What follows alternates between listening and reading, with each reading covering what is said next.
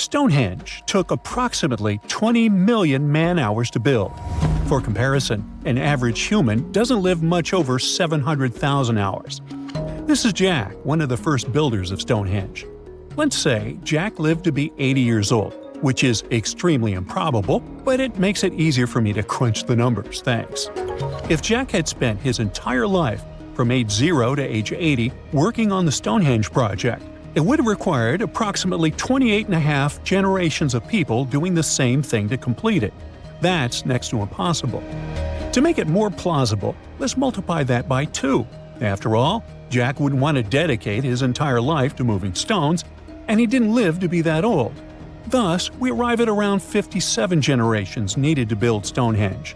That's not enough room on the screen for me to introduce John, Jack's great-great-great-great, you get the drift, grandson.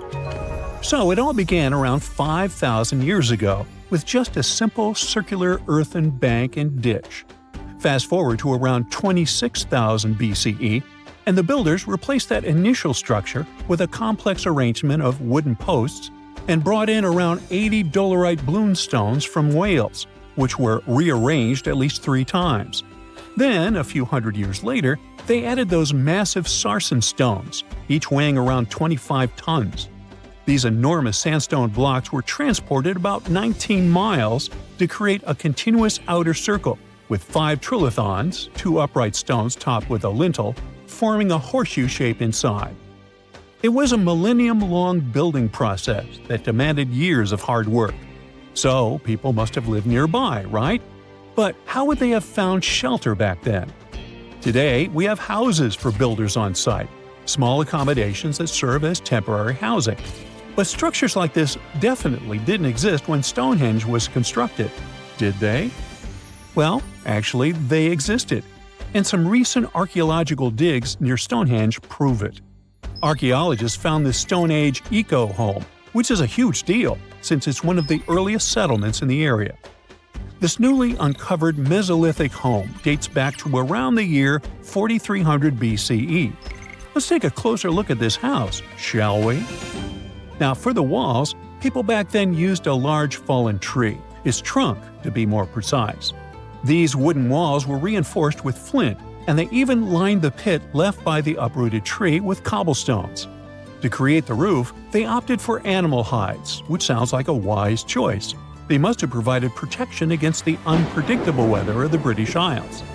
Now, you might be wondering, the weather in Britain is indeed unpredictable, and it has been that way since time immemorial. So, how did the builders manage throughout most of the year, particularly during the winter months? Well, the answer is simple. There was a hearth on site, which isn't surprising, but the system they employed was quite ingenious. A hearth inside the house would have posed too great a risk, yet bringing hot stones into the dwelling was perfectly safe. While they were hot, they couldn't ignite the building. So they used these stones from the hearth as a heat storage system to keep warm at night.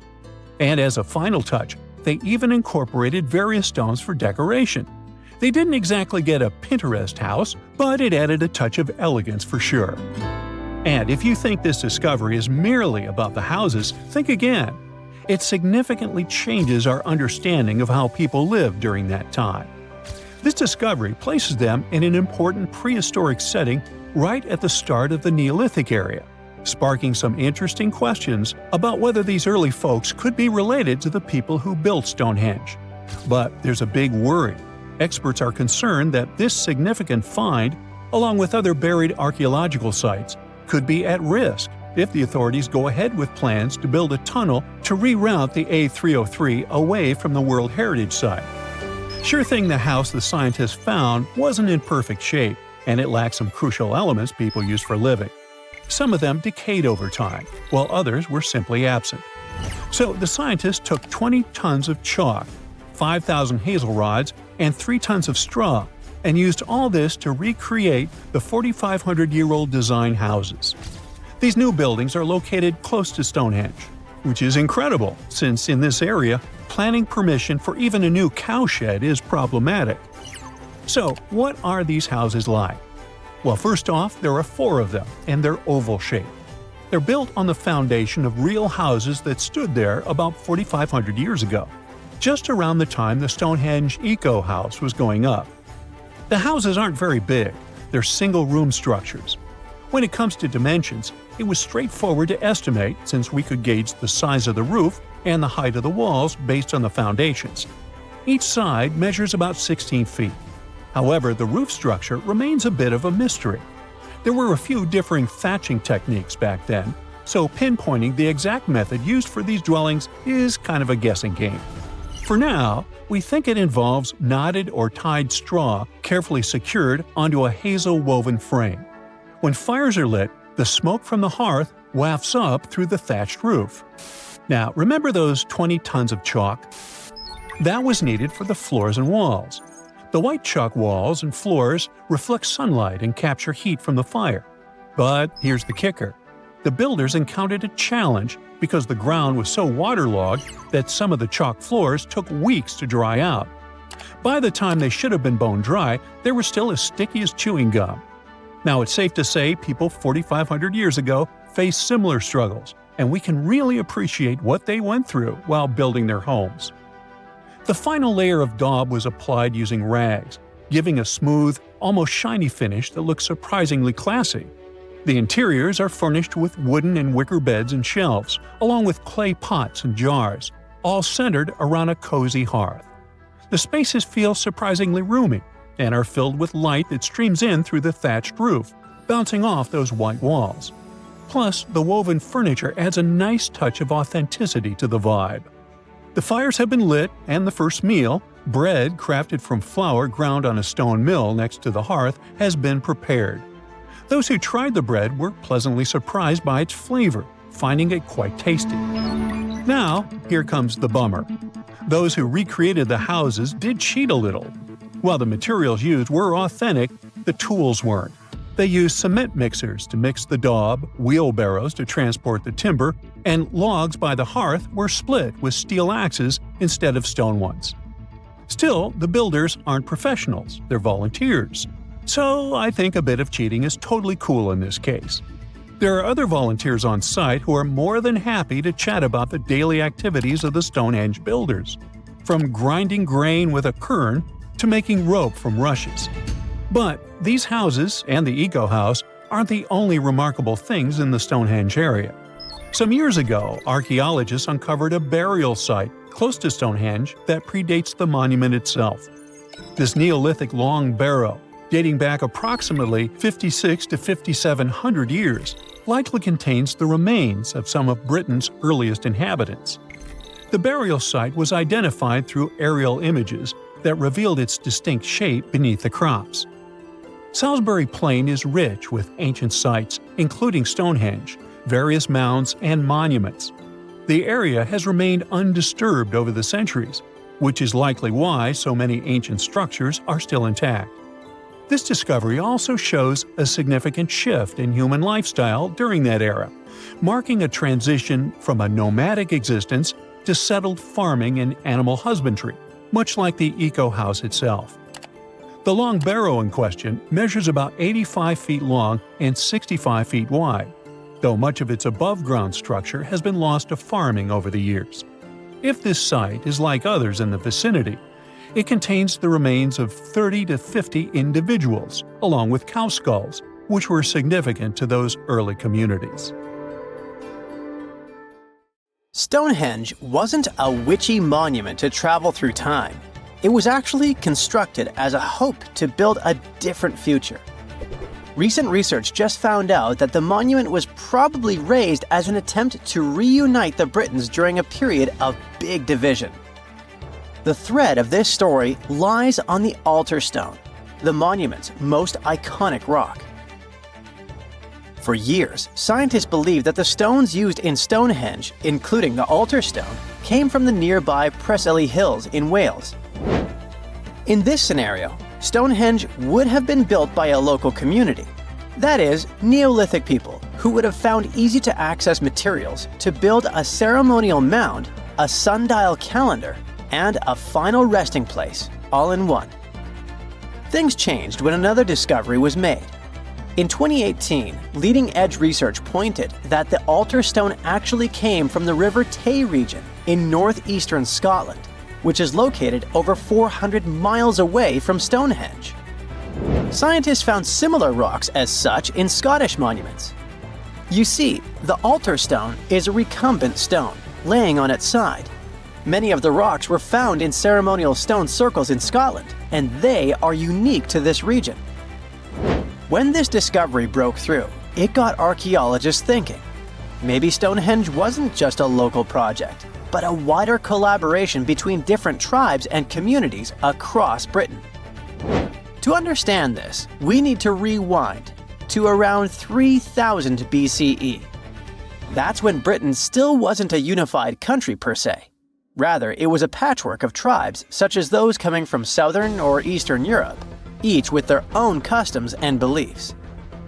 As an island, Britain's population changed many times. Britain was mainly composed of farmers who descended from people from the Middle East and arrived on the land around 6,000 years ago. This group thrived in the area until 2500 BCE, when another group coming from the regions of the Netherlands and Germany started to appear. These ones, also known as the Beaker people, were responsible for the large population turnover that Britain experienced during the Neolithic period and the years that followed. The Beakers were called so because of a specific type of pottery they used to make and bury their loved ones with after their passing. It's possible that the original dwellers of the land didn't like it that their land was being repopulated. And what researchers suggest is that Stonehenge was this attempt to reunite the original Neolithic farmer population and regain some type of identity control over their land.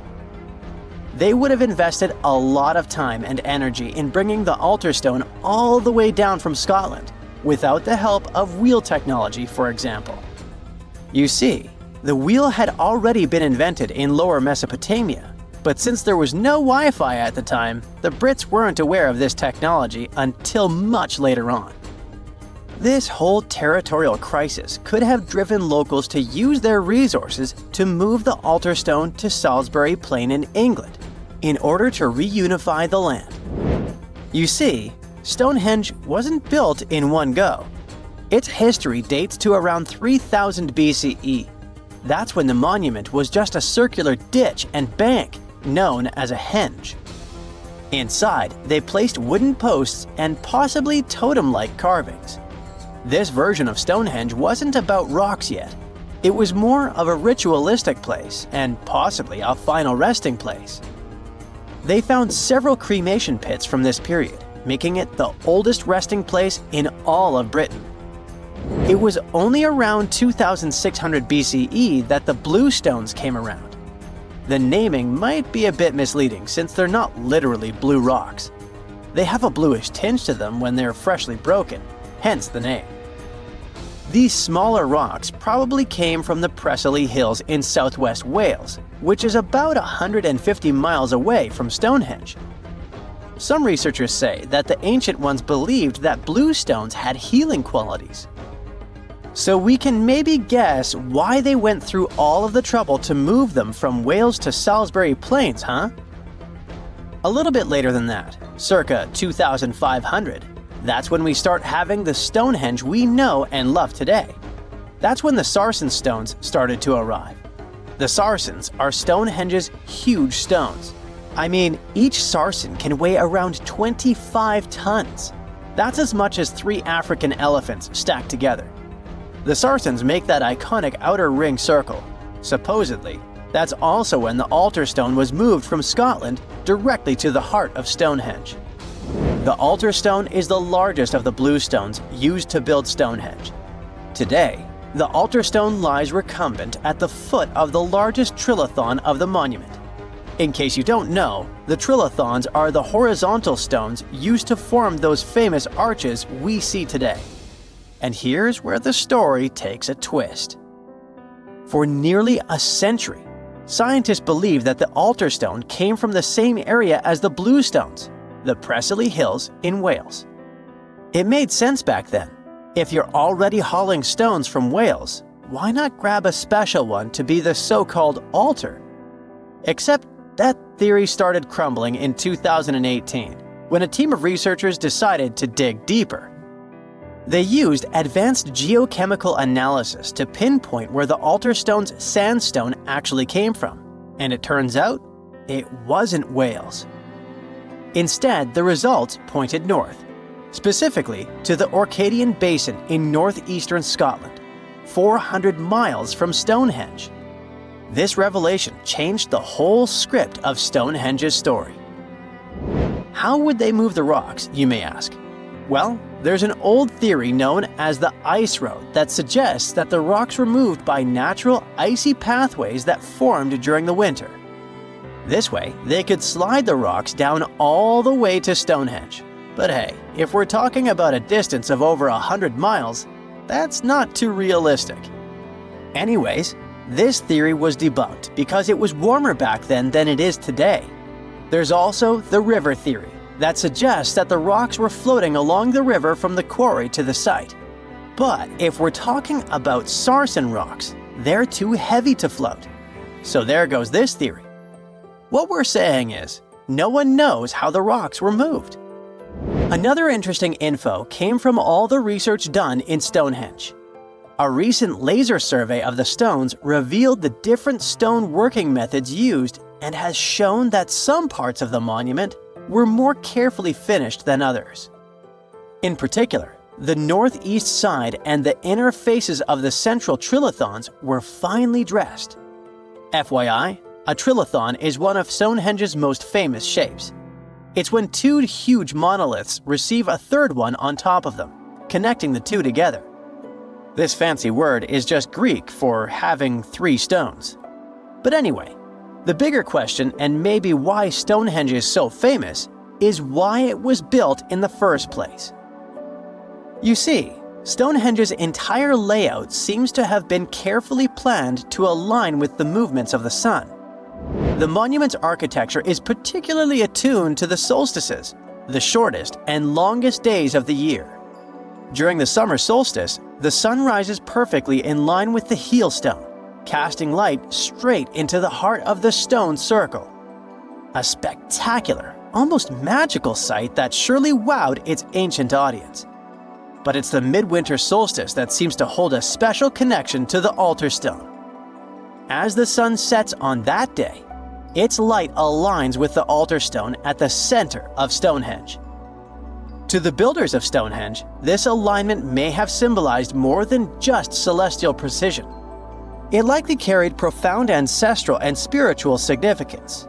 The altar stone, illuminated by the setting sun, could have been seen as a bridge between worlds, connecting the living with their ancestors, the earth with the cosmos, and the present with the eternal. In a world without calendars, clocks, or weather apps, the solstices were everything. They marked the rhythm of life, guiding agricultural cycles and spiritual rituals alike. So Stonehenge wasn't just about the stones or the people who built it, but perhaps a way to honor their ancestral roots in an ever-changing world. Recently, scientists made an astonishing discovery that might solve Stonehenge's mystery. They found something hidden deep within the DNA of Stonehenge's sarsen rocks, the huge monolithic ones, and it might reveal why our Neolithic ancestors designed and built this thing in the first place. Over the years, scientists have been scratching their heads, trying to figure out where the huge sarsen rocks came from. For years, they believed they came from a quarry just 15 miles away from the site, known as Marlborough Downs. At this site, they found similar minerals to the ones that make up the sarsen rocks. But it turned out there was more to this story than they thought. The understanding of how Stonehenge was built is always changing. Scientists need to really travel back in time to uncover its mysteries. Where did the rocks come from? How were they carried? Why was the site built? You see, the Stonehenge site, located at Salisbury Plain in England, is made up of two main types of stone. There are the super heavy sarsens and the lighter and smaller bluestones. The sarsens each weigh about 25 tons. That's as much as 3 African elephants stacked together. The heaviest sarsen stone, called the heel stone, weighs 30 tons all by itself. Together, the sarsens make that iconic outer ring circle. Inside that circle, that's where you'll find the blue stones. The naming might seem a bit misleading since they're not really blue. They have a bluish tinge to them when they are freshly broken, hence the name. These smaller rocks probably came from the Preseli Hills in southwest Wales, which is about 150 miles away from Stonehenge. They're a bit lighter than the sarsens, but still pretty heavy.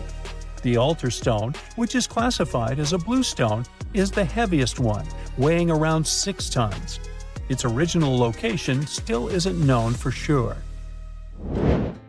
To figure out where a rock came from, scientists first have to study their composition.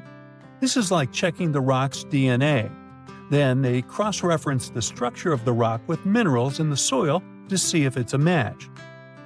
Most of the sarsens we see around southern England are actually made of a type of sandstone known as silcrete. Think of silcrete as sand that's been hardened by underground water processes over millions of years. This process mostly happened during a period called the Paleogene, about 65 to 23 million years ago. These sarsen rocks didn't form in one big slab, but in patches, like nature leaving little rock gardens all over the place. Scientists reason the sarsens spread out randomly, forming in isolated pockets. Over time, many were buried under layers of clay and chalk, which helped preserve them. When ancient builders were on the lookout for materials, these sarsens must have looked perfect for something impressive like Stonehenge. Actually, sarsens have been used in everything, from Roman villas to medieval churches, and even in things like road curbs and old field walls. One could say these rocks were the it material for ancient builders, and continue to be popular even into more modern times. This fact made scientists start wondering that maybe not all sarsen stones that were used to build Stonehenge came from the same place.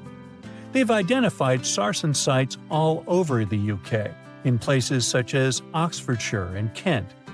After hundreds of years of studying the sarsens, geologists finally had the right type of technology to determine the origin of the stones. Now, I wish I could tell you that it was some undisclosed location very far away from the site. But, as it turned out, the sarsens were originally from Westwoods, the forest near Stonehenge. A new factor came into play when excavations uncovered empty stone holes, showing that at least 6 blue stone pillars were removed from a Preseli Hills site called Wan Main in prehistory. They had a stone circle over there, and it's believed that some of Stonehenge's rocks were recycled rocks from this more ancient circle. If this is true, it might be that Stonehenge is part of a much larger landscape of ancient sites. If this is the case, then Stonehenge is just the cherry on top of a much larger scale project. Think of it as the sacred centerpiece of an entire landscape of monuments, mounds, stone circles, and things. This is why scientists want to find out where the rocks came from so badly. It could lead to why and how Stonehenge was built. Now, Stonehenge didn't just pop up overnight. It was built in several stages over hundreds of years. It's likely that it wasn't a single unified vision, but more like a big community project that evolved over time. With each generation, the builders brought in their own ideas, creating a stone structure that would last for ages. The first stage was around 3100 BCE. That's when people dug out a circular ditch and likely set up some bluestones as sort of a starter ring. Later, they added the sarsens and even topped some of them with horizontal stones to form those famous arches you see today, also known as the trilithons. These ancient builders had some challenges on their hands. How would they move the rocks? There's an old theory known as the ice road that suggests that the rocks were moved by natural icy pathways that formed during the winter. This way, they could slide the rocks down all the way to Stonehenge. But hey, if we're talking about a distance of over 100 miles, that's not too realistic. Anyways, this theory was debunked because it was warmer back then than it is today. There's also the river theory, which suggests that the rocks were floated along the river from the quarry to the site. But if we're talking about sarsen rocks, they're too heavy to float. So there goes that theory. What we're saying is, no one knows how the rocks were moved. Another interesting science tidbit came from all the research done in Stonehenge. A recent laser survey of the stones revealed the different stone working methods used, and has shown that some of the parts of the monument were more carefully finished than others. In particular, the northeast side and the inner faces of the central trilithons were finely dressed. FYI, a trilithon is one of Stonehenge's most famous shapes. It's when two huge monoliths receive a third one on top of them, connecting the two together. This fancy word is simply Greek for having three stones. But anyways, the bigger question, and the reason Stonehenge is so famous, is why it was built in the first place. Theories are all over the place, and some sound like they're straight out of a sci-fi show. So here's a rundown of the most popular ideas. There's, of course, the solar calendar theory. This one supposes that the stones are aligned with the movements of the sun, especially during the summer and winter solstices. During the summer solstice, the sun rises to the left of the heel stone, that's the lone stone outside the main circle, lighting up the entire monument. Some say it's the ancient version of a calendar, marking the year's longest and shortest days. Some archaeologists think Stonehenge might have been an ancient healing center. Pieces of bluestone have been found chipped away, possibly by people who believed they had healing powers. The theory goes that people traveled from all over to come to Stonehenge in hopes of a cure for whatever was ailing them. There's also some speculation that Stonehenge was the place to be. Think of it as an ancient gathering spot. Some evidence suggests that communities from distant areas traveled to Stonehenge for gatherings, feasts, and ceremonies. Studies of bones found near the site show they came from all over Britain, making it a sort of prehistoric meetup location. Hey, you've heard of Stonehenge? Of course you have. Big rocks mysteriously mounted in circles on a plain in England by, somebody. But what if England's Stonehenge is only a replica of another monument, and its builders just crossed the Atlantic and copied what someone had already done elsewhere? Well, it turns out researchers found another Stonehenge underneath the waters of Lake Michigan. This lake is a hotspot for woo-woo unexplained things. A bunch of disappearances, plane crashes, and now this, an ancient underwater monument that looks strangely enough like Stonehenge. We couldn't help ourselves and needed to dive deep into this story. A ring of massive stones, arranged in a way that felt all too familiar. They saw two circles, an outer one and an inner one, sitting 40 feet below the surface. But this wasn't just a random pile of rocks. These stones had been placed there, purposefully, by human hands. And by doing some further research, they discovered that they were staring at a structure that's over 9,000 years old. Think about it. This Stonehenge beneath Lake Michigan predates the pyramids. It predates Stonehenge itself by about 4,000 years. All of this information was enough to startle scientists at Northwestern Michigan University. But that was before they found this out. One of the stones had a carving, a faint but clear petroglyph of a mastodon. Mastodons kind of look like the ancestors to our modern-day elephants, but they have been extinct on planet Earth since 10,000 years ago. So, whoever built this underwater Stonehenge needed to be alive at the same time these creatures roamed our planet. This discovery raised many questions among scientists. I mean, why on earth would they go through all this trouble to lay rocks at the bottom of a lake? Well, first things first. Scientists believe that Lake Michigan had much less water back then than it does now. Second, it could have something to do with ancestral practices of First Nation people. There's one theory from a professor of the University of Michigan.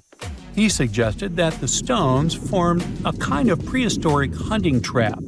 He believes that early hunters used the circular formation as a drive lane to herd large animals like the mastodons from the rock carvings we were just talking about. Once they got these huge animals into a tighter circle, they could be more easily hunted. But not everyone's convinced by this theory. Some believe the circle probably had a deeper spiritual purpose. According to local Native American tribes, like the Anishinaabe, stones are more than just rocks. They're living beings. They hold spiritual energy and represent a connection to the earth and all living creatures. An elder from the Anishinaabe community even suggested that these stones are sacred, placed there by their ancestors to honor the land and its creatures. Scientists are trying to study the stone formation in depth, like about 40 feet. But that's the problem, actually. The fact that it's underwater makes it super difficult, since they don't have the best technology. Traditional archaeological tools don't work as well when everything is submerged, but promising new technologies like stereophotogrammetry, which literally means making 3D models of a site, are helping scientists study the stone circle more closely. Still, research is slow and expensive, so it's hard to know when this mystery will come to a close. As we said, Lake Michigan is a hot spot for unexplained phenomena. Its lakebed is filled with shipwrecks, such as the Thomas Hume, a sturdy American schooner. It also collects debris from airplanes that have suddenly gone missing while flying the area, such as Northwest Airlines Flight 2501 that disappeared in the 1950s. Some people even call the area the Lake Michigan Triangle, suggesting paranormal activities like what happens in the Bermuda Triangle might be going on. The lake spans over 22,000 square miles, which means it's almost two-thirds the size of the country of Ireland. In 2024, scientists were able to access another one of Lake Michigan's mysteries, the wreck of the Margaret A. Muir schooner. This 130-foot-long sailing ship sank over 130 years ago. The discovery was announced just recently by the Wisconsin Underwater Archaeological Association, the WUAA, whose team found the shipwreck sitting 50 feet below the surface just off the shores of Algoma, Wisconsin. Built in 1872, the Margaret A. Muir was a three-masted schooner built to carry heavy cargo across the Great Lakes. Her final voyage started out as a routine trip. Loaded with bulk salt, the ship left Bay City, Michigan, heading for South Chicago, Illinois. But on September 30th, 1893, things took a bad turn. Just as the Muir approached the town of Annapolis, now known as Algoma, a sudden storm hit. The ship began taking on water fast. The captain of the boat ordered his crew to abandon ship, and thankfully, they all made it to shore safely. For more than a century, the wreck sat undisturbed on the lakebed, its location a mystery. But thanks to a combination of historical research and high-resolution sonar, WUAA searchers finally found her in May of last year. The wreck is remarkably well preserved, with parts of the deck and gear still visible. Well, just a few lakes over to the left, researchers uncovered another impressive thing. At the bottom of Lake Mendota, near Madison, Wisconsin, researchers found 11 ancient canoes. They believe the oldest of the canoes dates all the way back to 2500 BCE. Now, if you don't get why that's important, it's because you're thinking with today's head. If in a classic Midwest highway you see a bunch of pickups, then back in the ancient days you see only canoes. They were the main mode of transportation for indigenous cultures. They were used to fish in deep waters, trade goods, and travel long distances. The reason why scientists were so excited with its discovery is because they had never found any proof of what canoes were being used for in this region back then. And to understand the local cultures that inhabited the area during this time period, they needed to have some information on that. This exciting discovery was announced by the Wisconsin Historical Society in May 2024. The first canoe, which they believe is around 1,200 years old, was pulled from the lake in 2021.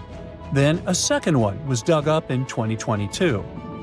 And now divers have found at least 11 more canoes along what would have been an ancient shoreline, long since submerged. One theory is that these canoes were intentionally sunk to keep them from freezing or warping in winter. It's possible people stored them in the same spot for generations. Or maybe this is just a small part of a much bigger settlement. Historians do believe there could be an ancient village hidden under the water of the lake. Divers have already found stone tools, like net sinkers used for fishing, but the village itself hasn't been located yet. Truth is, while the Great Lakes often steal all the thunder, scientists point out that smaller lakes like Mendota have stories too. The Wisconsin Historical Society is working closely with Native nations to piece together more about the lake's history. You'll need to believe me when I say there is a third Stonehenge, all the way under the waters of Lake Constance, Switzerland. I mean, think of it like Stonehenge's cousin. Archaeologists began to discover this back in 2015, when they found a line of 170 man-made stone cairns under the lake. Scientists say this was most likely the work of several villages, and that the cairn site was probably used for some collective purpose because, well, the formations are huge. Some of them are several dozen feet wide, and they can build up to 6 feet. The most amazing discovery so far is that the site dates back to around 5,500 years ago. So around the time the original Stonehenge was being built. Some of the facts that link them together are their construction dates, as well as the distinct characteristic of stone monuments built in a circular format. Scientists don't know much about this site yet, but hey, I see a pattern manifested all over the world, don't you? The majority of us have believed for a really long time that Stonehenge, one of the most iconic monuments in the world, was an ancient calendar because of its alignment with the summer and winter solstices. But no one could figure out how it really worked. Now, a team of researchers have come out with another study. It turns out that Stonehenge could have functioned like the solar calendar. It's a similar principle to the solar calendar ancient Egyptians used to have, the one based on a year composed of 365.25 days. Each of the stones from this big mysterious sarsen circle represented one day within a month. Sarsens are what we call these large boulders. It's actually a perpetual calendar, where people could track every winter solstice sunset. That way, those who lived near Stonehenge, which is today Wiltshire, UK, could keep track of the days and months of the year. We all now understand this mysterious calendar system because of this interesting discovery in 2020. The team has identified the source of 50 of the 52 sarsens that make up the iconic stone circle we all know about. They analyzed the chemical composition of these sarsens and traced their origins to the West Woods in Wiltshire, which is about 15 miles away from the monument. Not only did these 50 sarsens come from the same source, but they were also placed in their current position at approximately the same time. They make the outer circle of Stonehenge, together with a horseshoe-shaped inner ring. Near the center of the monument, there are smaller rocks, known as bluestones. The team traced the origins of the bluestones all the way to Wales. They also discovered that the sarsens share a common chemistry, over 99% silica with trace elements. Two sarsens were different from each other and also different from the main cluster. These sarsens were arranged in 3 different formations at Stonehenge. 30 of them formed this huge stone circle that dominates the monument. 4 station stones ended up in a rectangular formation outside the circle, while the rest, located inside the stone circle, were constructed into 5 trilithons. A trilithon is when you have 2 vertical stones with a horizontal lintel at the top. 30, 5, and 4 are pretty interesting numbers in the context of this calendar system. The 30 uprights that are spread around the main sarsen ring could represent days of the month. If you multiply that by 12, you get 360. Add on 5 more, those from the central trilithons, and the result is 365. And to really adjust the calendar to match a solar year, you need to add 1 extra leap day for every 4 years, right? The team believes the ancient people used the 4 station stones to keep track of this part. So, in this system, they paired the summer and winter solstice every year with the same pair of stones. Ancient people started building Stonehenge about 5,000 years ago, and it took more than 1,000 years to finish the work. But the Stonehenge you see today is not the complete, original version from the beginning. People have broken and taken away many of its old bluestones and sarsens.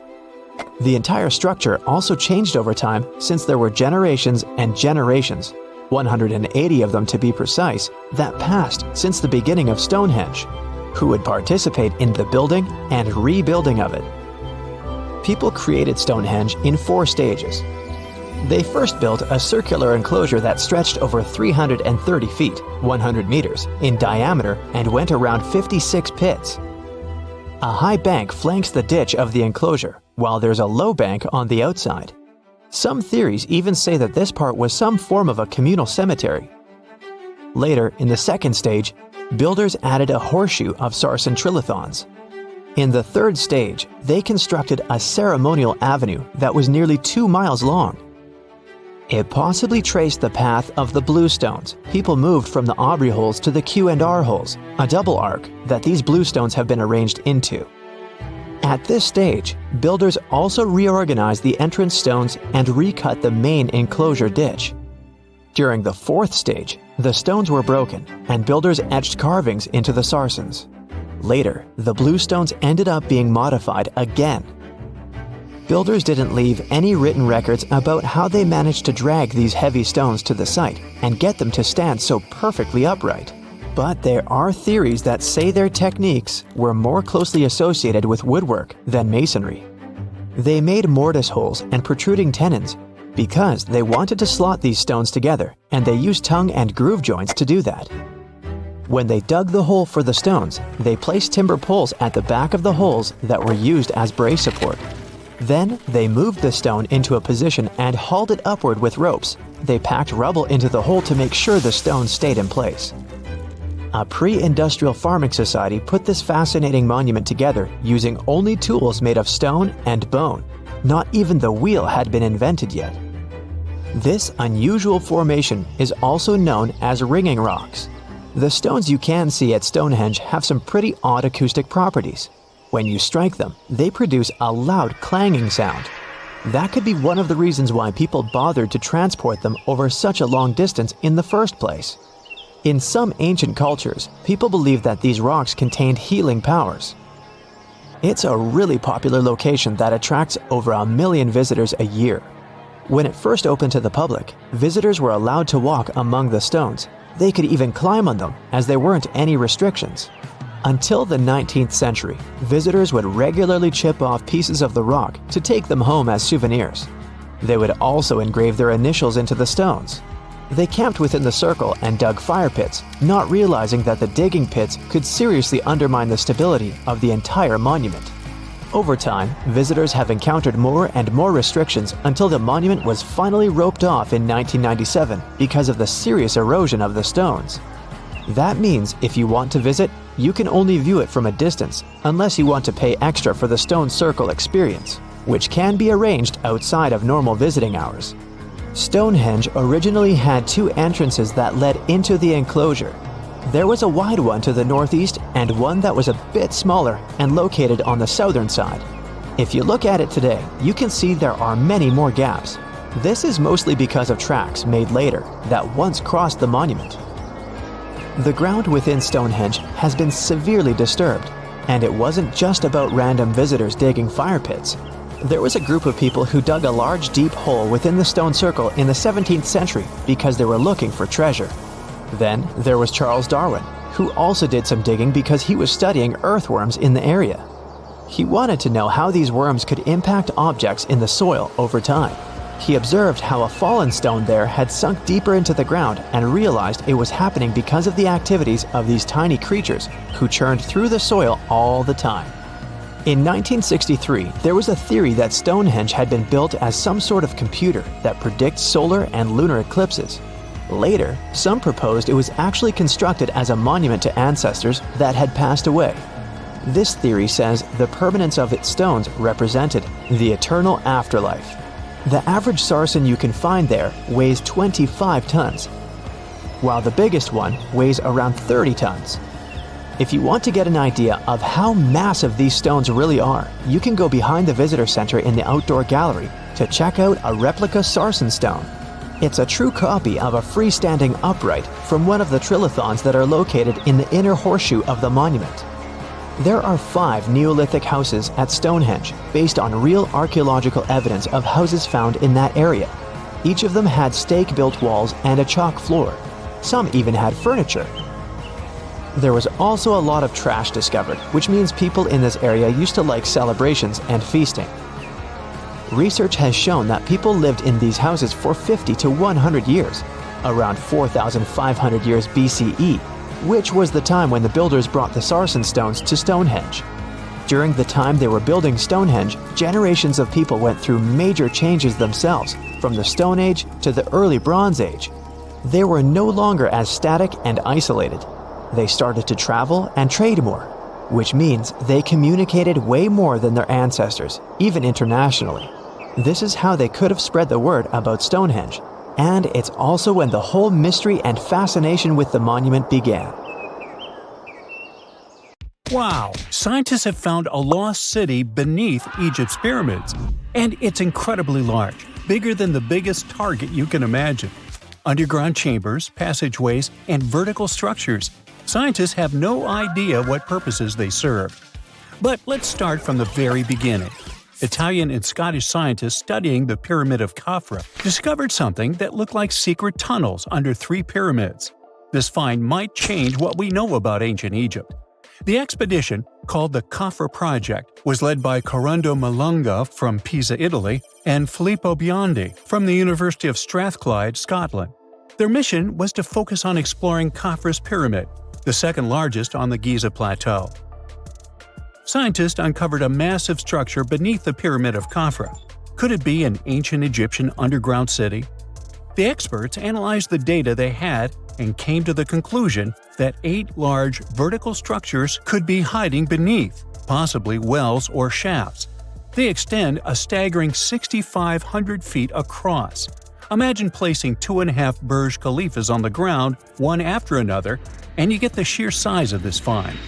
These shafts also plunge nearly 2,000 feet underground. Some of the deepest underground stations in the world are located at a mere 380 feet underground or so. These cylindrical shafts are surrounded by spiral paths. Picture some old Gothic castle. They're connected to 2 giant, weirdly shaped chambers. Are those cubes? Or possibly bowls? Each of these chambers is likely more than 260 feet across. Now, even though we know about the structures now, no one has figured out their original purpose yet. Want to hear something even more shocking? Okay then. The team is almost sure that similar access points can be found under all 3 pyramids. In other words, all of them might be linked by a hidden system of underground tunnels, chambers, and passages. Even deeper, about 4,000 feet under the surface, there might be more unknown structures. And doesn't it add to the mystery? But the coolest news is that, according to some team members, these hidden structures near Giza pyramids could align with the legendary Halls of Amenti. In ancient Egyptian mythology, it's a place where people are believed to arrive when they're close to the end of their days. There, they are said to take a 3-day-long trial, facing their biggest fears. Now, how did scientists even discover these hidden spaces? To uncover them, researchers used 2 satellites positioned 420 miles above Earth. They sent radar signals to the Giza Plateau, and these signals generated detailed images, which were later compiled into a 3D model of the underground layout, including the newly detected shafts. Then, using synthetic aperture radar or SAR technology, which is a type of radar that can penetrate through stone, the team also spotted 5 small room-like structures hidden deep within the pyramid. One of these chambers contained a sarcophagus, which was once thought to be the tomb of Pharaoh Khafra. But now, scientists believe this was a mistake. The true burial site is likely to be elsewhere. In any case, these 5 hidden rooms were completely unknown before the scans.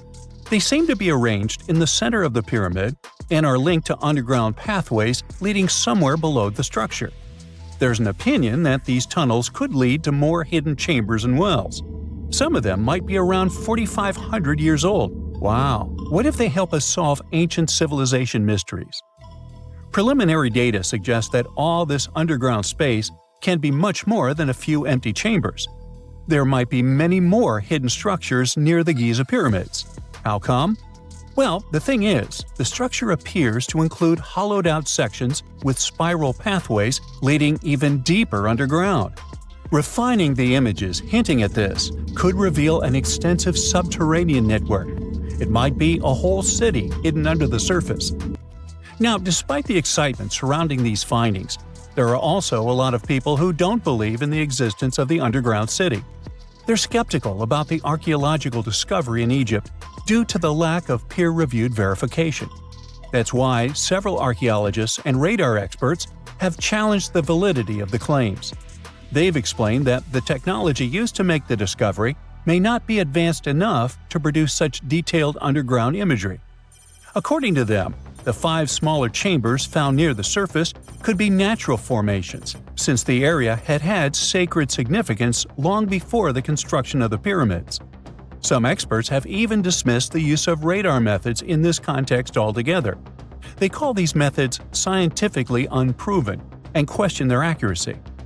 The discovery has also reignited discussions about ancient Egyptian myths and the possibility of hidden texts lying somewhere beneath the Giza pyramids.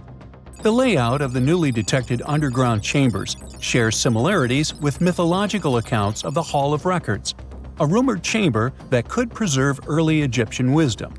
If confirmed, these findings could significantly reshape the understanding of Egypt's sacred topography. Plus, this lost city beneath Egypt's pyramid could become physical evidence of previously unknown underground structures. That's why the Khafra project is super eager to begin excavating to confirm their findings. But getting approval from Egyptian authorities is a challenging process. The discoveries still need to undergo peer review before they are accepted by the academic community. By the way, this recent archaeological discovery in Egypt comes on the heels of another discovery involving a weird structure beneath the Royal Giza Cemetery, which researchers believe is unnatural in origin. Archaeologists use remote sensing techniques and uncovered a mysterious L-shaped structure underground in the Western Cemetery of Giza. This area is known to house burials of royal family members and high-ranking officials. Many of the tombs in the cemetery have above-ground mastabas, rectangular stone or mud brick structures with flat roofs. But there is an area in the center of the cemetery where there are no above-ground structures. To investigate this unexplored region, the team used electrical resistive tomography and ground-penetrating radar. ERT works by sending electrical currents into the ground and measuring the resistance to detect remains. As for GPR, it sends radar into the ground and maps the structures based on the radar's return. The team found an anomaly about 6.5 feet beneath the surface. It appeared to be an L-shaped structure measuring at least 33 feet in length. The readings suggested that the structure had been backfilled with sand after its construction. This made the team hypothesize that it could be a mix of sand and gravel, or possibly an air void. This anomaly was classified as a highly resistive structure, which meant it didn't occur naturally. Motoyuki Sato, the study's lead author and professor at Tohoku University in Japan, claims that the structure is not a natural formation due to its sharp shape. Another weird thing about ancient Egyptian pyramids is that historians have long believed that they were built primarily for royals and high-status individuals who had the wealth and power to create such massive structures. However, new research from the archaeological site of Tombos in modern-day Sudan challenges this assumption. The thing is, Tombos' pyramid may have served as burial sites for low-status workers as well as elites.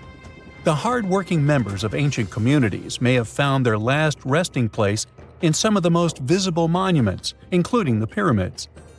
Located along the Nile River in the ancient region of Nubia, Tombos became part of Egypt after its conquest of the area around 1400 BCE. That's when Egypt established the site to strengthen its colonial control. Workers at Tombos built pyramids, but those were much more modest than the famous pyramids of Giza. The research team reanalyzed 110 human skeletons from Tombos, originally studied in 2012. In particular, they examined the entheses, the areas where tendons and ligaments attach to bones. Such an analysis can give us insights into the amount of physical labor a person performed. When someone does hard labor, their bones often develop distinct crests and ridges at these attachment points due to the stress on the tendons and ligaments. And while some skeletons showed little change in their entheses, suggesting they belonged to individuals from the upper classes, others showed more serious changes. It means they belong to lower-class workers. This finding can totally challenge our earlier understanding of pyramid burials, especially the idea that only elites were buried in the pyramids, because the pyramids themselves were designed for the elite. This recent research may prove that lower-class workers may have found their final resting place in these monumental structures too. We all grew up believing that Stonehenge is the world's most ancient observatory, but now it has some serious competition for the title. Nabta Playa was built more than 2,000 miles away in southern Egypt, and thousands of years before Stonehenge and even the pyramids of Giza. In 1973, a Bedouin guide stumbled upon a strange group of huge stone formations while crossing the Sahara Desert. He led American archaeologist Fred Wendorf to the site, located about 60 miles from the Nile. Wendorf's friend and colleague claims the team found the stones while stopping for a bathroom break in the desert. Either way, what they found changed history. At first, Wendorf thought the stone structures were just natural formations. But then it hit him. This area was once a lake, meaning no natural rocks should even be there. He kept coming back to the site for decades, and by the early 1990s, his team finally uncovered a circle of stones that seemed to line up with the stars in a way no one could explain. After 7 long years of trying to crack the mystery of the site, Wendorf reached out to an expert in archaeoastronomy. They study how ancient people used the stars. One evening, while the expert sat in the cool desert sand staring at the stones, he realized that they formed a pattern radiating outward from a massive burial mound. One by one, as they dug into the sediment, the buried megaliths started lining up like spokes on a wheel. The team had already used radiocarbon dating to test samples from fire hearths and tamarisk wood roofing found inside the stone circle. Nabta Playa had dozens of standing stones, all a few feet tall. Some of them lined up exactly with the sunrise on special days, and others matched up with bright stars in the sky. Inside the big circle, there were 6 special stones that may have been used for rituals or marking important times of the year. Around them, 29 standing stones might have worked like a simple calendar to help people know when it was time for something important, like the summer solstice, the longest day of the year. When the sun rose in just the right spot, it was a sign that the rainy season was coming.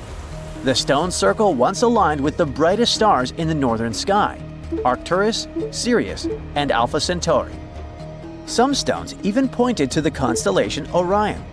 By tracing Arcturus's movement across the sky, they figured out that it matched perfectly with the circle around 4800 BCE. That means it was the oldest astronomical site ever discovered. And the people of Nabta Playa may have been watching the stars thousands of years before telescopes were even invented. It looks like it had a huge meaning for people living and traveling through the desert.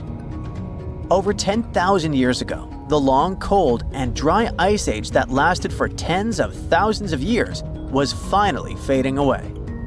Northern Africa got massive monsoons and rains that filled up seasonal lakes. So, parts of the desert turned into short-lived oases. For the nomadic people who roamed this harsh land, these summer rains were everything. Their entire way of life revolved around cattle. When archaeologists opened the central tomb at Nabta Playa, they dug up cattle bones and even a massive rock carved into the shape of a cow. The people who built it used the stars to guide them and find hidden watering holes like Nabta Playa, which likely held water for about 4 months a year, starting with the summer monsoons. But there was no North Star back then. So instead, they navigated using bright stars and the way the sky seemed to spin in circles above them.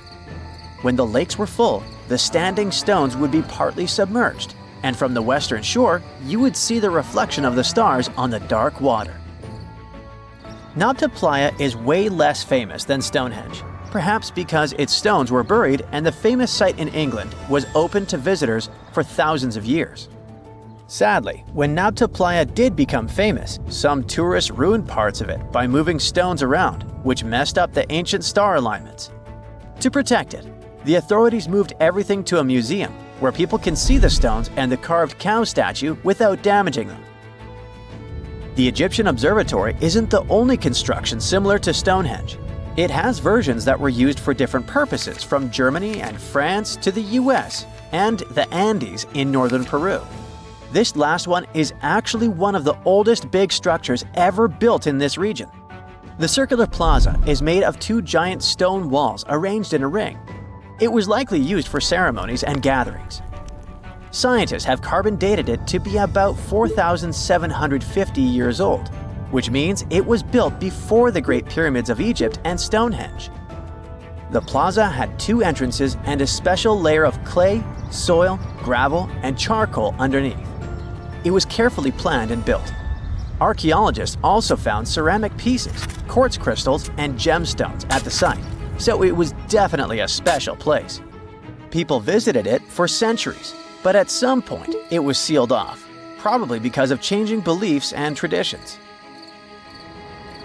The most recent discovery was the remains of a large timber circle roughly the same age and with parallels to Stonehenge, all the way up in Denmark. This open-air structure was likely part of a special area where prehistoric people from the late Neolithic and early Bronze Age gathered for rituals and ceremonies. The circle was made up of 45 giant wooden posts, forming a huge ring about 100 feet wide. The wood is gone now, but scientists believe tall timbers once stood in the holes and created an impressive wood henge. No one knows exactly what these circles were used for, but archaeologists have found animal bones and food remains at similar sites. So people probably used to gather there for feasts and rituals. In 2024, scientists found two ancient stone circles from the Neolithic period in Dartmoor National Park in England. Some archaeologists believe they might form a sacred ark. Many of Dartmoor's stone structures were built in a curved shape on the high ground in the center of the area. A long time ago, Dartmoor was covered in forests, so people may have used the high ground as important markers. One of the newly found circles fits inside this ark, but the other one is outside of it, to the north. This could have been an entrance point into the ark. There's also a raised bank of earth near the stones, which looks similar to other famous Neolithic sites, like the Ring of Brodgar in Scotland and Stonehenge itself. This means the people who built these circles may have visited Stonehenge or been inspired by it. Archaeologists in Oman found ancient stone monuments called shrouded, which got the nickname Arabian Stonehenge. They were finished about 2,000 years ago, but no one knows for sure who built them or why. Scientists also found stone hand axes that are incredibly old, between 300,000 and 1.3 million years old, from the time when the first humans left Africa. At another site in central Oman, archaeologists discovered a Neolithic tomb from around 5,000 to 4,600 BCE. There are two chambers with the bones of dozens of people inside beneath a giant megalithic structure. Nearby, they also discovered rock carvings that were made by people who lived in the area. And then there is another Stonehenge look-alike, this time in Saudi Arabia, that was used as an apartment complex thousands of years ago. Archaeologists discovered a total of 345 stone circles by looking at aerial photos of a lava field. Each circle is between 13 to 26 feet and has at least one large standing stone in the middle. These structures still have remains of stone walls and doorways. Stone circles like Stonehenge are often linked to ceremonies and rituals, but scientists say that many early houses were actually built in round shapes, and rectangular homes only became common much later in history.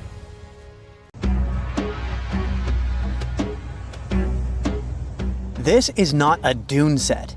This is a very real desert in Niger. Jado was probably built by the nomadic Sao people and is filled with ksars, which are fortified houses made of salt and clay, with giant walls and secret passages. Located deep in the desert, it was once a vital stop for trans-Saharan caravans, but is now a hotspot for smugglers and bandits. The site has been off-limits since 2002 due to its dangers. The origin of the ksars remain a mystery. No archaeological studies have been conducted, leaving many questions unanswered. Even today, shifting sands reveal and conceal parts of these ancient ruins, fueling local speculation about what might still be hidden beneath the desert. Speaking of connective tunnels, scientists were blown away by the discovery of lava tubes in Saudi Arabia. These underground passages form when molten lava cools down. Researchers believe that ancient nomadic groups may have utilized these tunnels to survive the super harsh desert climates.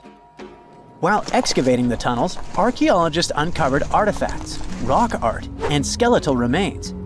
The art and animal bones show that the people who used the tunnels were probably sheep and goat herders.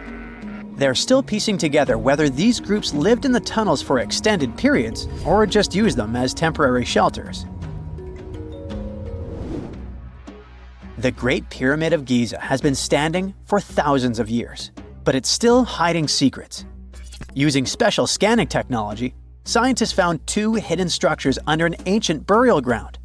The first is a shallow L-shaped structure, and below it is a much larger space that could be a final resting place or a chamber.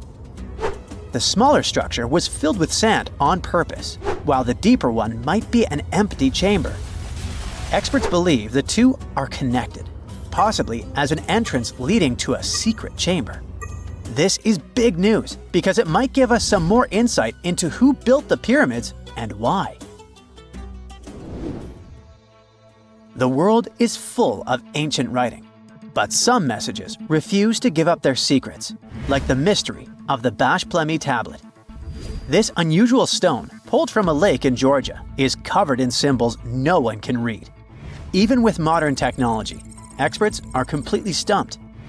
The tablet is about the size of a book, with 60 symbols carefully carved into its surface, but 39 of them don't match any known language. Some resemble scripts from ancient civilizations in the Middle East, India, and Egypt, but none are an exact match. To make things even trickier, part of the tablet is broken off, meaning a piece of the puzzle is missing forever. To rule out a hoax, scientists studied the tablet closely. They confirmed it's made of vesicular basalt, an extremely tough local rock. Whoever carved these symbols must have been really skilled. Based on similar archaeological finds, experts believe the tablet could date back thousands of years, possibly to the late Bronze or early Iron Age. Some symbols repeat, which could mean they're numbers. Maybe it's an inventory list, a record of battles, or even an offering to the deities. Until someone cracks the code, the Bashplemi tablet remains an unsolved mystery from the depths of history. Experts are still stumped with what this Minoan disc might mean. The Phaistos disc is one of the most mysterious finds from the Minoan civilization. This 6-inch clay object, discovered in 1908, has strange spiral markings that no one has fully decoded yet. The disc has 241 symbols on both sides, showing everything from people and animals to tools and plants. Experts have come up with many theories about what the symbols mean. Some think it's an early form of Greek. Others suggest it's a prayer or a hymn. And some even believe it could be a letter from a king in Anatolia to a Greek ruler. Let's see who will be the first to figure this out. It's always a fun day at an archaeologist's office when they find something as big as a 2,000-year-old marble head. A French archaeologist mission went digging inside an old medieval house near Alexandria in Egypt and found a statue's head depicting an old, possibly ill man. This statue dates from the last Egyptian dynasty before it became part of the Roman Empire, and the site where it was found is associated with the likes of Cleopatra and Mark Antony. For archaeologists, even the smallest finds at this site means a lot. You've heard of Lucy, right? The Australopithecus that was an early ancestor for us humans. Well, scientists found some of her species' footprints somewhere in Tanzania. The so-called Laetoli footprints are over 3 million years old. The trail stretched 88 feet and has about 70 footprints, left behind when a bunch of early humans walked across some wet volcanic ash. What's cool is that these early humans were already walking on 2 feet, like us, not all hunched over like apes. The close spacing of the prints shows they probably had short legs and a shorter stride than we do today. In an ancient Egyptian temple, archaeologists uncovered a shrine unlike any other, a place dedicated to falcons and 2 mysterious deities. One deity had a falcon's head, while the other wore a crown with a sun disk and cow horns. But the most baffling discovery was an inscription that read, "It is improper to boil a head in here." At the heart of the shrine, there are 15 headless falcons carefully arranged on a pedestal, likely as offerings to the falcon-headed deity. One theory suggests the birds were boiled first, perhaps to pluck their feathers, before being placed in the shrine, following the strange rule carved into stone. Archaeologists also found a 13-inch iron harpoon nearby.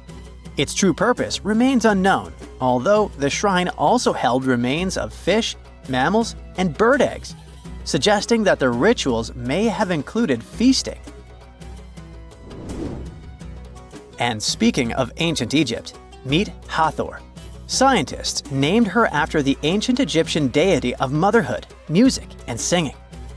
This wooden statue, housed at the Metropolitan Museum of Art, was thought to be just a beautiful artifact, until a surprising secret was uncovered.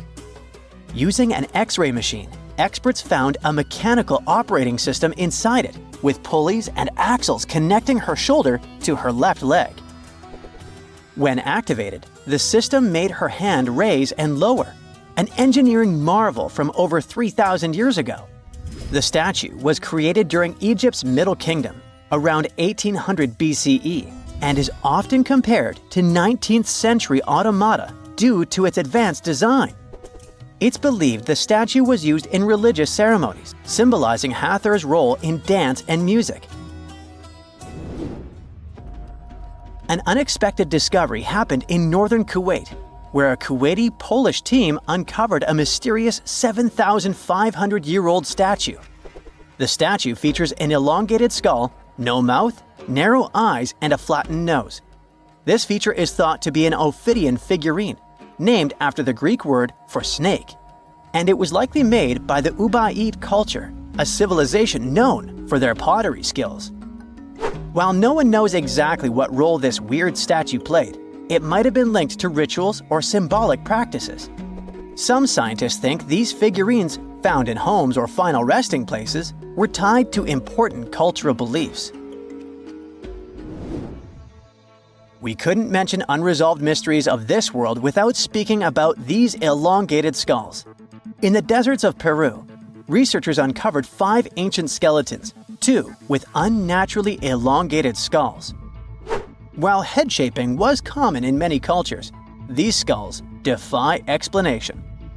Local legends tell tales of the so-called gentiles, a mysterious race banished underground by the powerful deities. Some say this is what the skulls represent.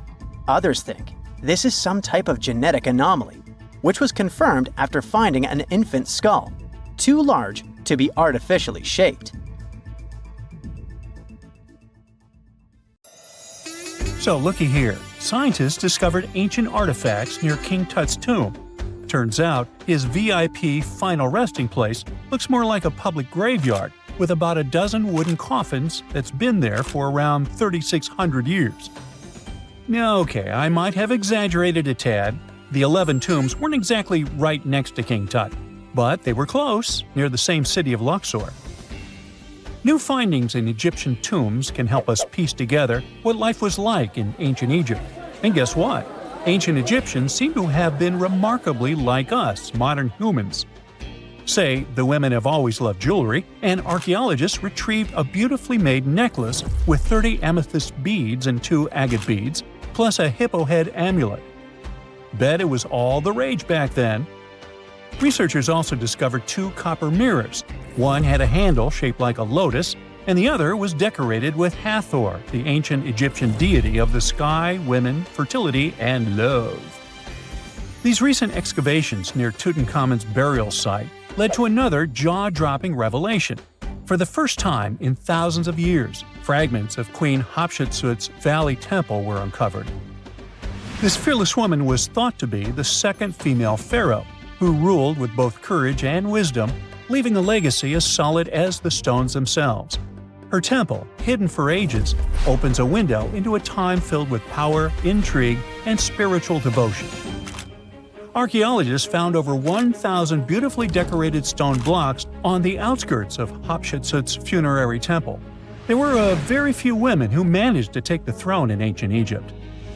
Another tomb was found nearby, and it belonged to the overseer of Queen Teti Sheri's palace, whose name was Jehuti-Mez. Queen Hatshepsut seems to have even more tombs, aces up her sleeve. These tombs were carved into the rock instead of being built as pyramids, showing a unique ancient perspective on how to protect the soul in the afterlife. Experts managed to retrieve some cool ancient pieces from the site. Toys made of clay, mummy masks, winged scarabs, and some amulets. Sadly, there surely used to be way more artifacts, but over the last centuries, there have been people other than archaeologists to stumble upon this site. It's likely that looters got to these tombs before them and may have taken some valuable items. But they did leave behind some cool stuff for the researchers, like pottery used for offerings of bread and meat, along with archers' bows that connect the tomb's owners to the Egyptian military. Meanwhile, soul protection is way more important than you might think, especially if you're roaming around Luxor looking for ancient secrets. You aren't scared of King Tut's curse, are you? Let me tell you what happened to those who weren't scared, but promise me to take it with a dash of salt, okay? For years, Egyptologists, especially those who believed in paranormal activity, were convinced that there was an unsettling curse surrounding Tutankhamun's archaeological discoveries. This belief stemmed from the mysterious and untimely demise of several excavators who discovered the tomb in 1922 with no logical explanation for why they passed away. It was just easier to chalk it up to something supernatural and avoid the whole mess. But it turns out it wasn't a curse at all. It was likely the radiation that caused those excavators to perish. Now, you might wonder where the radiation came from. After all, while radioactivity was discovered in the 19th century, ancient Egyptians, despite their impressive pyramids, didn't have any radium lying around to make Tut's tomb glow like crazy. So, what could be the real story? It might have been toxic waste behind it all. Toxic levels of radiation from uranium and hazardous waste have been lurking inside the tomb since it was sealed over 3,000 years ago. The burial chamber of Tutankhamun's tomb reportedly has such high radiation levels that anyone who steps inside could easily end up with a fatal dose of radiation sickness or an incurable condition. By the way, you can have a somewhat similar level of radioactivity if you don't get rid of those moldy dinner leftovers you left to perish in your fridge a month ago. But this radioactivity isn't exclusive to Tutankhamun's tomb. Ancient Egyptian artifacts discovery is rewarding yet dangerous due to unusually high radiation levels in Old Kingdom tombs all over Egypt. Geiger counters have detected radiation at 2 sites near the Giza pyramids, and radon, a radioactive gas, has been found in several underground tombs in Saqqara. Interestingly, experts believe that the builders of these ancient tombs were aware of the toxins, as some eerie warnings were carved into the walls of many tombs. One inscription ominously declared, "They that break this tomb shall meet their end by a malady that no doctor can diagnose." Other ominous phrases like "forbidden," "due to evil spirits," only added to the fear that supernatural curses haunted these ancient sites. Ominous signs have stunned archaeologists since forever, but the fear grew even stronger a century ago with the mysterious passing of Lord Carnarvon, who funded King Tut's excavation in 1922 and reportedly explored the treasure-filled rooms, along with several others who entered the tomb. Arthur Weigall, another British Egyptologist who was present at the tomb's opening and is credited with starting the curse myth, passed away young when he was just in his 50s in 1934. Chances are the condition that made him pass was connected to radiation. In total, 6 out of the 26 people who were there when the tomb was opened met their end within a decade from various causes. Not only X-ray exposure, those reasons include asphyxia, stroke, heart failure, pneumonia, and even poisoning. Well, isn't this getting a little grim? There was one guy who opened the tomb and somehow managed to avoid the infamous curse, Howard Carter, or so it seemed. Some folks pointed to his survival as proof that the curse wasn't real. After digging up the tomb, Carter published several books on the topic and shifted gears from archaeology to dealing in antiquities for various museums. Despite dodging demise or injury, rumors swirled about how the curse may have impacted him in other ways. One of the big stories linked him to Lord Carnarvon's daughter, Evelyn. Some said he was madly in love with her, but she married someone else, so he chose to stay single. Others claimed they had an affair while she was in Egypt, which ended when her father passed away and she left the country for good. However, there wasn't much evidence to support these stories. Evelyn was just 6 when they met, and they remained friends until his last breath. She was even one of the few attendees at his funeral, but denied any romantic involvement, saying they weren't that close. A year after the revolutionary discovery near King Tut's tomb, Evelyn married politician Sir Brograve Beauchamp and had a daughter. That same year, Beauchamp toured the tomb with his parents, guided by Carter himself. Carter never married and, aside from those posthumous rumors about Evelyn, had no other romantic connections. While the curse adds an intriguing twist to his life story, his tendency to keep relationships at arm's length was evident long before the tomb was opened. It seemed Carter just wasn't a people person. In 1939, after battling a serious illness, he ultimately succumbed to fate. He was 64, which was a pretty common life expectancy in the UK back then, so no one really thought it was off and linked it to an ancient curse. When he passed, it turned out he had several artifacts from Tutankhamun's tomb in his London apartment, which were eventually sent back to Egypt, marking what some viewed as the curse's end. Who knows? Maybe if he hadn't had all those ancient souvenirs at his place, he would have lived way longer. But all the other demises might seem off. The curse theory was likely fueled by some strange events during the excavation. Carnarvon got a mosquito bite that became severely infected, and around the time they opened the tomb, Cairo experienced a bizarre power outage and a freak sandstorm. Back in England, the Earl's dog, Susie, managed to escape from Carnarvon's house and began barking frantically at seemingly nothing. At least that's what the staff and family saw. Strangely enough, at the very moment her owner's heart stopped, Susie started howling and fell down without showing any signs of life. Maybe radiation didn't play a crucial role after all, and those were indeed ancient artifacts from King Tut's tomb that made them all perish. Spooky, huh? Something strange is lurking beneath the sands of Giza, and scientists have no idea what it is. Archaeologists just found a hidden structure near the Great Pyramid using advanced ground scanning technology. What's inside? Nobody knows, but excavations are already underway. The Great Pyramid of Giza is one of the most famous monuments on Earth, but it doesn't stand alone.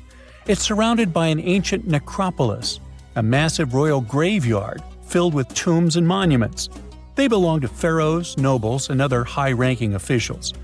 Most of these tombs are above the ground. They're called mastabas, rectangular, flat-roofed tombs built from limestone or mud brick, and they've been studied for decades. But from old movies, we know that these weren't simple graves. They have deep vertical shafts leading to underground burial chambers, where the past was sealed away for eternity.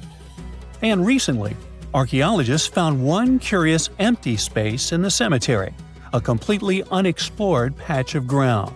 No mastabas, no visible ruins, nada. For years they ignored it, but between 2021 and 2023, they decided to investigate. They didn't dig though. Instead, they used a technology that kind of acts like X-rays for the ground. These radars let scientists see the secrets hidden there. And there was something hidden beneath the sand, something deliberately buried and forgotten. A two-part underground structure. One part was shallow and L-shaped. It's about 33 feet long and buried just 6.5 feet deep. But below that, a deeper, more mysterious anomaly, a structure completely different from anything else in the area. They called it a highly resistive anomaly, which means it's dense and solid, likely made of stone, sand, or even metal. And still, no one has a clue what's inside it. Now, it's clear that humans made the L shape. It wasn't formed by nature. And the shallower structure might have been an entrance to whatever is hidden below. But they only have some theories about what might be hidden there. It's also filled with sand and gravel. It was probably deliberately backfilled after its construction, perhaps to preserve this. Why? Well, we don't know yet. The archaeological team will need to excavate to understand what exactly this thing was and why it was built. The first guess is a lost burial chamber. Many tombs in Giza have underground burial sites, but most have clear surface markers. This one, for some reason, has nothing. But it could be one of them. The second guess is an ancient offering chapel. Egyptologists know that some chapels were built in this shape, but usually they were above ground, not buried like this. And finally, it might be something we've never seen before. If this turns out to be a new type of structure, it could rewrite what we know about the burials of pharaohs. The only way to know for sure is to dig it up, and that's exactly what's happening right now. Excavations are already underway. Archaeologists are racing against time to uncover the truth. But there's a real danger there too. Giza's fragile ancient structures need to be handled carefully. Otherwise, they could be damaged beyond repair. So all we can do is wait for the truth. Now, these tombs always held fascinating mysteries. Unfortunately, we'll never learn tons of these mysteries because of some relentless tomb robbers. Egyptian tombs were built to guard the bodies for eternity. But that absolutely didn't stop people from breaking in and stealing everything valuable inside. They've been bothering these ancient sites for thousands of years, starting way back in Pharaoh's times. Many of the most famous tombs, including those in Giza, Saqqara, and the Valley of the Kings, were looted. It was a common practice in ancient Egypt. And they were serious about this whole thing. They dug secret tunnels to bypass traps and walls, bribed or threatened tomb workers to get inside knowledge, cracked open sarcophagi to grab gold, jewelry, and artifacts. And by the time modern archaeologists got to most of these tombs, they had already been picked clean. The reigning pharaohs got tired of this infuriating nonsense. The Valley of the Kings, the famous burial ground of Egyptian royalty, was supposed to be the ultimate safe zone. Tombs were built deep underground, hidden in the desert. Passages were sealed with giant stone blocks. False doors and traps were added to confuse thieves. Even curses were written on the walls, warnings of horrible endings for anyone who dared to disturb the tomb, which is exactly where we got all those horror stories about mummies from. Spoiler alert, none of it worked. Most tombs in the Valley of the Kings were fully robbed within 100 years of being sealed. Even King Tutankhamun's tomb, one of the most famous in history, was broken into twice in ancient times. Some of them decided to try and fight back. The New Kingdom rulers built hidden unmarked tombs in a way that should have prevented the looters from finding them, but didn't work.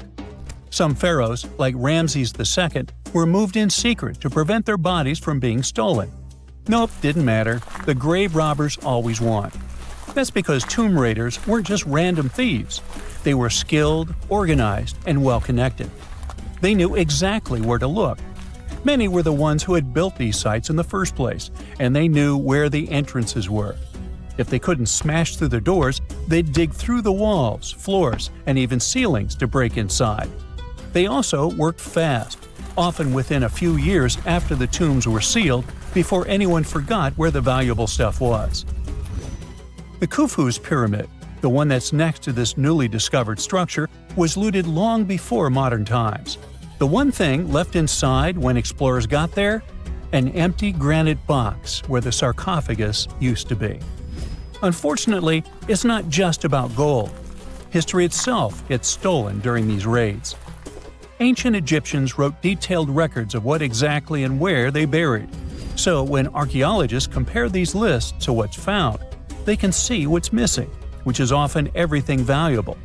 Most artifacts don't end up in museums. They just disappear into private collections, where they can never be studied again. Which is, of course, completely unfair. In fact, a few countries have had enough and started passing laws to take historical artifacts back from private collectors. In Italy, if you own an ancient Roman artifact, you must prove you got it legally. China is actively hunting down stolen artifacts, and they must find ways to retrieve it back from the Western collectors. In Egypt, they passed new laws making it illegal for private citizens to own any ancient Egyptian artifacts at all. Other countries, like the US, the UK, Germany, or Switzerland, are completely fine with rich guys owning their history. The British Museum is built on looted things. European empires invaded half the planet and took whatever they wanted back home.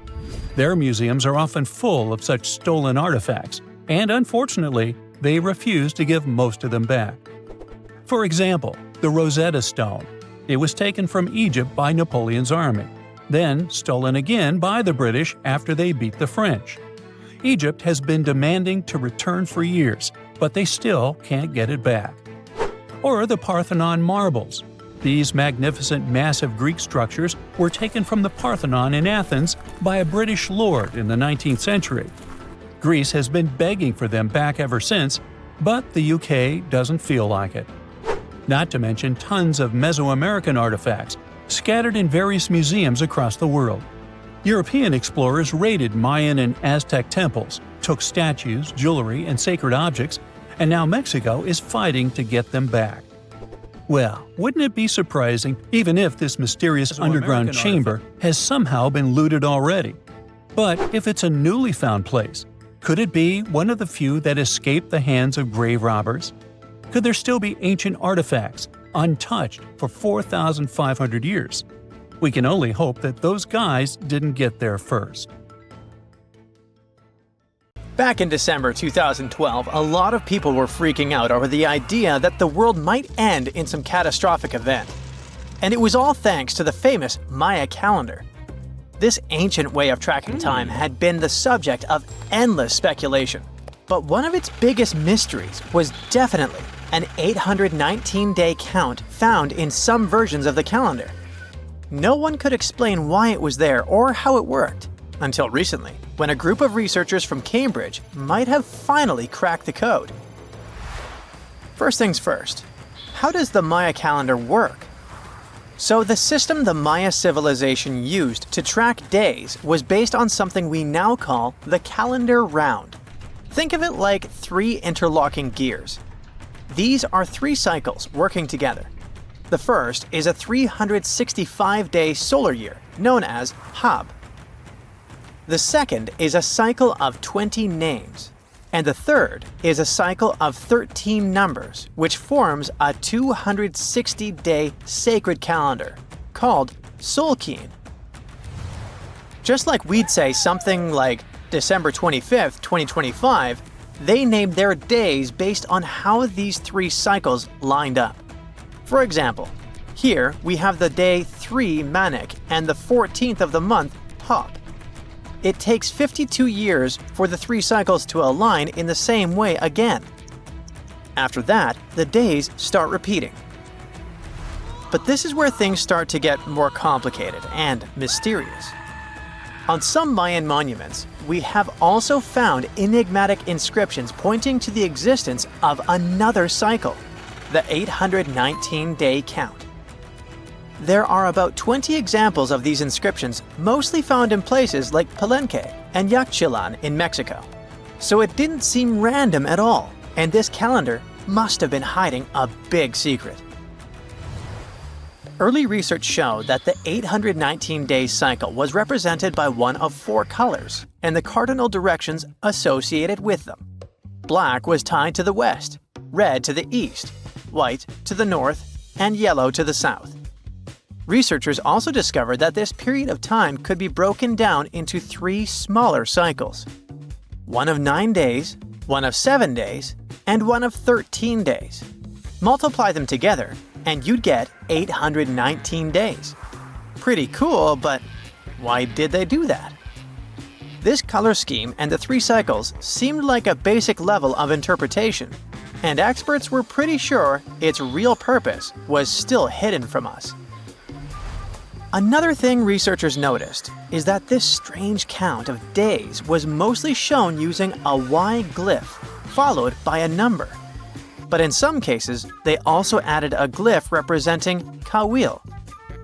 This was a powerful Maya deity often associated with creation and lightning. He was usually symbolized by a torch coming out of his forehead, representing the spark of life. But in the 90s, a study suggested that when Kawil's inscription showed smoke and fire coming from his forehead, it could actually represent the planets Jupiter or Saturn, or maybe even both. Wait, that means that the 819 days count could be linked to both planets in some way. From there, research focused on figuring out what that link might be. The first conclusion is that this calendar might have helped the Maya track the movements of those planets in some way. Then they started noticing something interesting. These cycles could be specifically tied to the synodic periods of Jupiter and Saturn. By synodic periods, we mean the time it takes for a celestial body, like a planet, to return to the same or nearly the same position as seen from Earth. While this possibility was pretty exciting, something didn't quite add up. Each planet moves very differently, and trying to fit multiple planets into an 819-day span just didn't seem to work. In other words, this 4-part color-coded calendar system was simply too short to align perfectly with the synodic periods of the visible planets. So it looks like we're back to square one. This mystery had people scratching their heads for ages, until 2023, when specialists realized they might have been looking at it all wrong. Researchers actually needed to shift their perspective. Instead of seeing this system as 819 days, they needed to consider the number as representing timelines. And this period of time could be just a small part of a much, much bigger calendar. You see, as we said earlier, this cycle seemed to track the period when a planet became visible to people on Earth. To prove that these 819 cycles were timelines, not actual days, researchers needed a planet that could serve as a starting point to back up their theory. In this case, it was Mercury. And there's a pretty simple reason for that. Mercury's synodic period is 117 days, which fits perfectly into the calendar count. I mean, if you take 1819 and divide by 117, you get the number 7. So, Mercury is the only visible planet whose synodic cycle fits neatly into this period as whole numbers. Perfect. Now they had a solid starting point. From there, they needed to expand the calendar by increasing its length to 20 periods of 819 days. Suddenly, a pattern emerges. And just like that, all the synodic cycles of the planets fit perfectly into the system. For example, Saturn's synodic period from 378 days lines up perfectly after 6 819-day cycles. Venus aligns every 5 cycles. Jupiter every 19 cycles. And Mars, which takes the longest, needs 20 cycles. In other words, it takes about 45 years for Mars to align with the synodic periods of all visible planets. So, this is how researchers determined that the ancient civilization wasn't referring to days, but rather to timelines. The Maya astronomers came up with this count as part of a larger calendar system of 20 periods. But then a question comes up. Why was studying the synodic period so important to the Maya? Well, we don't have super specific answers about this mysterious calendar yet. But what we can say for sure is that the Maya truly believed in the powerful influence of the cosmos on daily life. So maybe they wanted to analyze how the movements of all the visible planets lined up with their other calendars. Of course, this system is just one part of the Maya's amazing and advanced understanding of astrology. And it wasn't just about using astrological cycles for planting and harvesting. They also had crazy specific knowledge, like how to predict solar eclipses. Archaeologists believe the Maya connection to the stars is reflected in the ruins of their world. Take the famous pyramid in the ancient city of Chichen Itza, located in Mexico's Yucatan Peninsula. If you look closely at the base of its staircase, you will see a snake's head carved in stone. But here's the coolest part. During the spring and fall equinoxes, when day and night are exactly the same length, the sun casts sharp, triangular shadows on the staircase. It creates the illusion of a snake slithering down the steps. Another example of how they use their knowledge of astronomy in their temples is in Tikal, Guatemala. Built around year 1 of the Common Era, this pyramid is considered one of the Maya's earliest astronomical complexes. And its alignment and orientation allowed them to track and calculate solstices and equinoxes with incredible precision. The Maya were skilled sky watchers. Just like we have modern-day high-tech observatories with round domes, they had something similar. Meet El Caracol. The name means snail in Spanish and refers to the spiral staircase inside the tower. Built around 906 Common Era, it was the perfect place to observe all the changes in the sky and track the movements of the sun, moon, planets, and stars. Unlike us today, with our telescopes, satellites, and advanced tools, the Maya relied entirely on naked eye observation, and that makes their achievements even more incredible.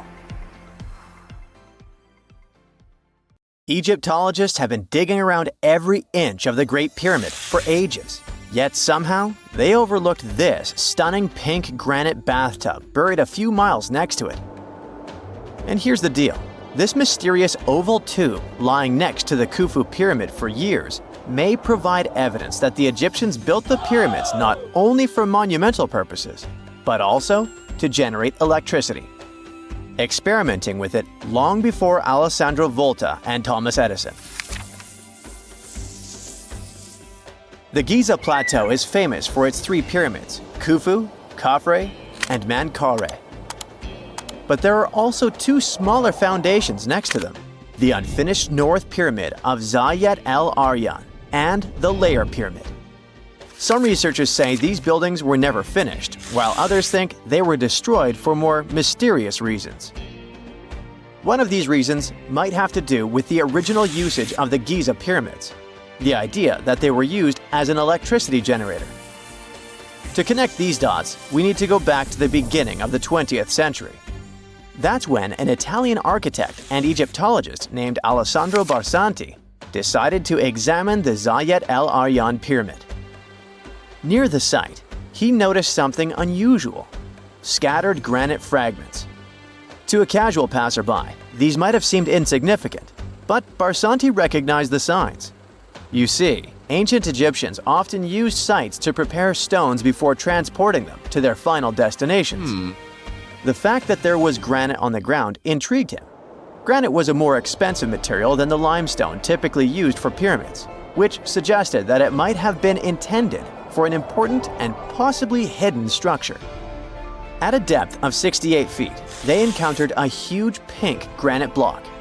He kept going with the excavations, and they revealed ancient inscriptions carved into the stones. They sent the drawing to experts, but no one could decipher what they meant.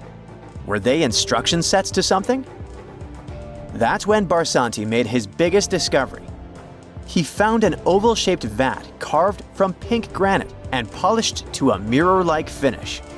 The thing is, the vat had been carefully sealed. When they opened it, they found a thin black residue along the walls. I'm thinking something in the lines of a black oily substance.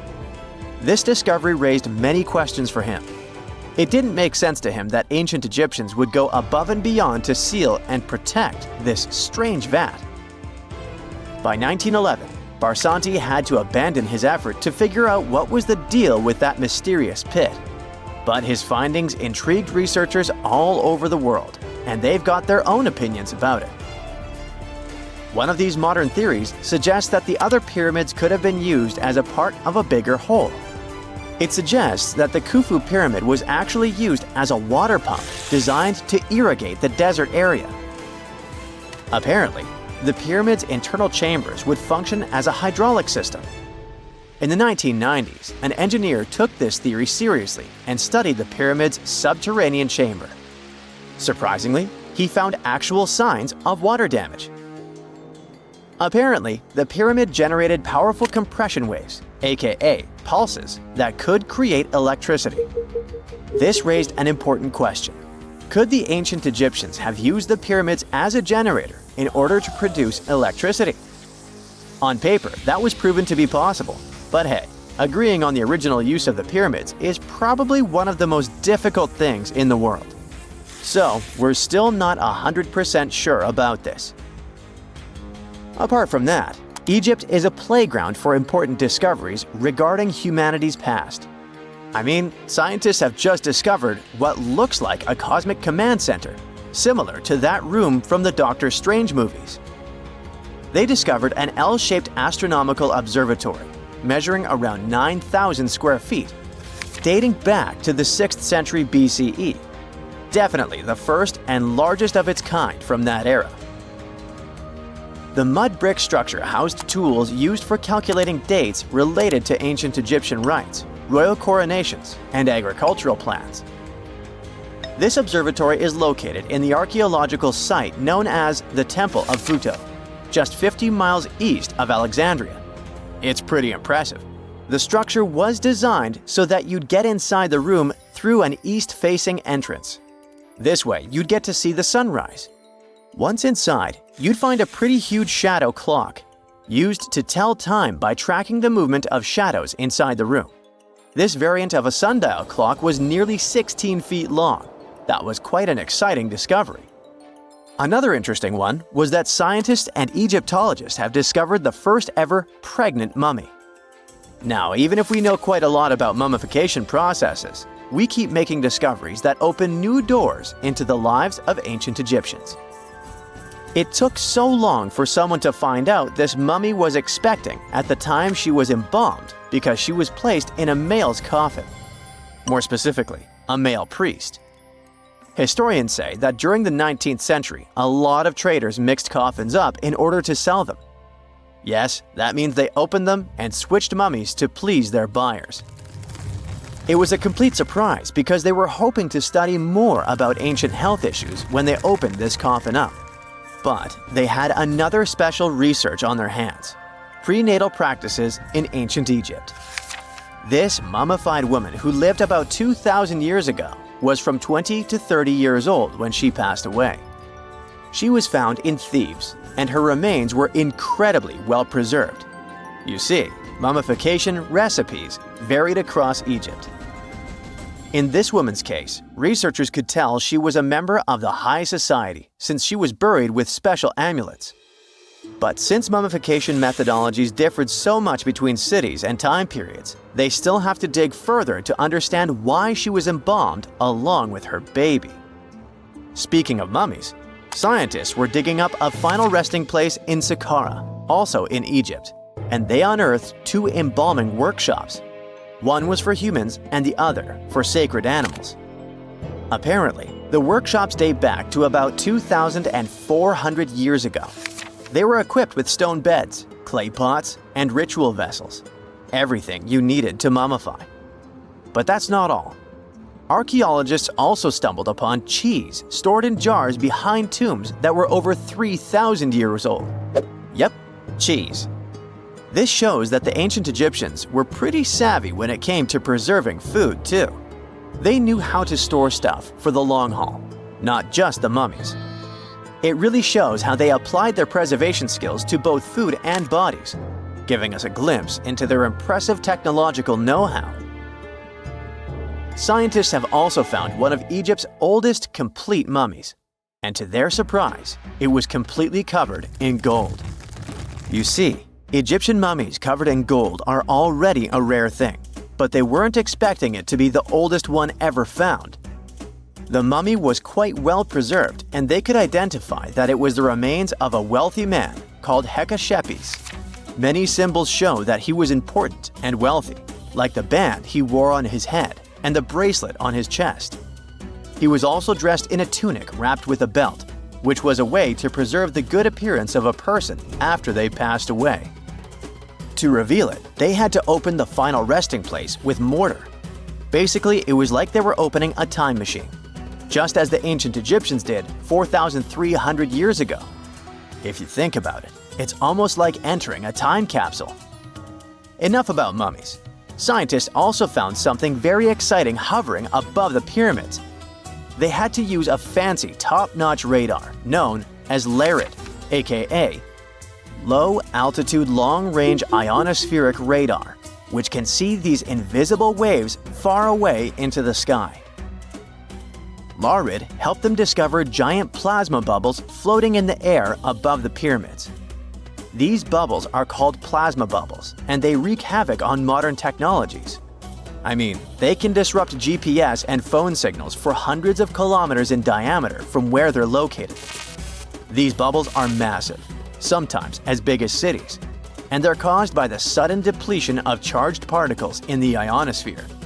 So, instead of spreading out evenly throughout the ionosphere, they stick together in this wave-like form. This was a pretty important discovery because it can help scientists understand how to prevent these waves from messing with our technology.